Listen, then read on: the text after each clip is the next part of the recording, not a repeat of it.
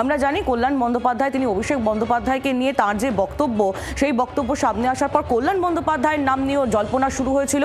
আর গতকাল অভিষেক বন্দ্যোপাধ্যায় তিনি যে বক্তব্য রেখেছেন কল্যাণ বন্দ্যোপাধ্যায়কে নিয়ে, তিনি আমাকে বিষয়ে কথা বলতেই পারেন, তারপর সেটাকে মান ভাঙানোর পালা এই মুহূর্তে চলছে কল্যাণ বন্দ্যোপাধ্যায়। কারণ মমতা বন্দ্যোপাধ্যায়ের বাড়িতে কল্যাণ বন্দ্যোপাধ্যায় এবং অভিষেক বন্দ্যোপাধ্যায় তারা উভয়ে গিয়ে পৌঁছেছেন বলে খবর পাওয়া যাচ্ছে।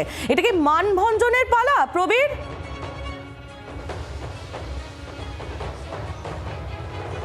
একদমই দেখো, যে কল্যাণ বন্দ্যোপাধ্যায়ের যে ক্ষোভ সেটা যে প্রশমিত হয়েছে বোঝা যাচ্ছে যে গতকাল তিনি কিন্তু মমতা বন্দ্যোপাধ্যায়ের বাড়ির চৌখাটে আসেননি। ফলাফল বেরোনোর পর থেকে প্রায় রোজই এসছেন, কিন্তু অভিষেক বন্দ্যোপাধ্যায়ের বিরুদ্ধে ক্ষোভ প্রকাশ করার পর কল্যাণ বন্দ্যোপাধ্যায়কে গতকাল সর্বপ্রথম সারাদিনও মমতা বন্দ্যোপাধ্যায় বাড়িতে দেখা যায়নি। আজকে তিনি কিন্তু আবার মমতা বন্দ্যোপাধ্যায় বাড়িতে এসছেন, যেই মুহূর্তে সেখানে অভিষেক বন্দ্যোপাধ্যায় তিনিও রয়েছেন।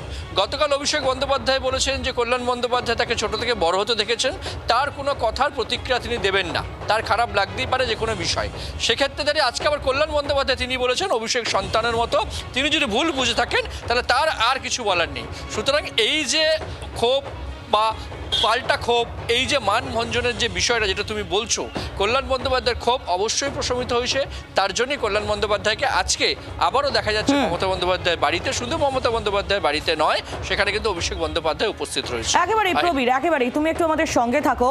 আর এই নিয়ে আপনাদের শোনাবো কল্যাণ বন্দ্যোপাধ্যায়ের আগে অভিষেক বন্দ্যোপাধ্যায়ের ওপর রাগে তিনি ঠিক কী বক্তব্য সামনে রেখেছিলেন, সেই বক্তব্য আপনাদের সামনে আমরা তুলে ধরবো। এবং ড্যামেজ কন্ট্রোলে ভাইপোর সুবোধ বালকের মতো বক্তব্য গতকাল যেটা আমাদের সামনে এসেছে, সেটাও পরপর শোনাবো। আমি কি এমপ্লয়ি নাকি? জানে আমার স্ট্যাটাস কলকাতা হাইকোর্টে কি আছে? তুমি ক্যামাক স্ট্রিটের বস হতে পারো, তুমি পশ্চিমবাংলার বস নও। জানে জুডিশিয়ারিতে আমার রেসপেক্ট কতটা রয়েছে? এত অ্যারোগেন্ট কেন? Why is so he is so arrogant? কাউকে মানুষ বলে ভাববো না?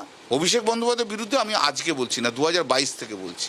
দল যদি না বোঝে বুঝবে না, দিদি যদি না বোঝে বুঝবে না, আমার কিচ্ছু আর করার নেই। এই মুহূর্তে আমি একা দাঁড়িয়ে আছি পাবলিকলি দিদির পাশে। সবসময় তো মার খাচ্ছি, এ ধেয়ে আসছে ও ধেয়ে আসছে। কার জন্য? এই অভিষেকের জন্য। কি চুরি করেছি আমি? কিন্তু আমাকে চোর চোর শুনতে হচ্ছে ওর জন্য। দিদি যদি না বুঝতে যায়, ইটস ফাইন। দিদি বুঝলে that is also super fine. যে শীর্ষ নেতারা আমার বিরুদ্ধে কথা বলছে, দলে আলোচনা করার জায়গা রয়েছে।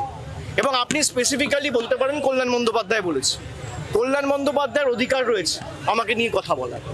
কল্যাণ বন্দ্যোপাধ্যায়ের অধিকার রয়েছে আমাকে নিয়ে 4টে কটু কথা বলার। কল্যাণ বন্দ্যোপাধ্যায় আমাকে ছোট থেকে মানুষ করেছে, আমার বড় হতে দেখেছে। আমি এই কথাগুলো নিয়ে খারাপভাবে নিই না। ওনার একটা ঘটনা হয়তো খারাপ লাগতে পারে, উনি বলেছেন, কিন্তু আমি আমার কোনো ব্যক্তিগত ক্রোধ বা আমার কোনো ব্যক্তিগত ক্ষোভ কল্যাণ বন্দ্যোপাধ্যায়ের বিরুদ্ধে নেই। আমি তাকে আগেও সম্মান করতাম, আগামী দিনেও করব। বাংলার আওয়াজ, বাঙালির আবেগ, জি 24 ঘন্টা।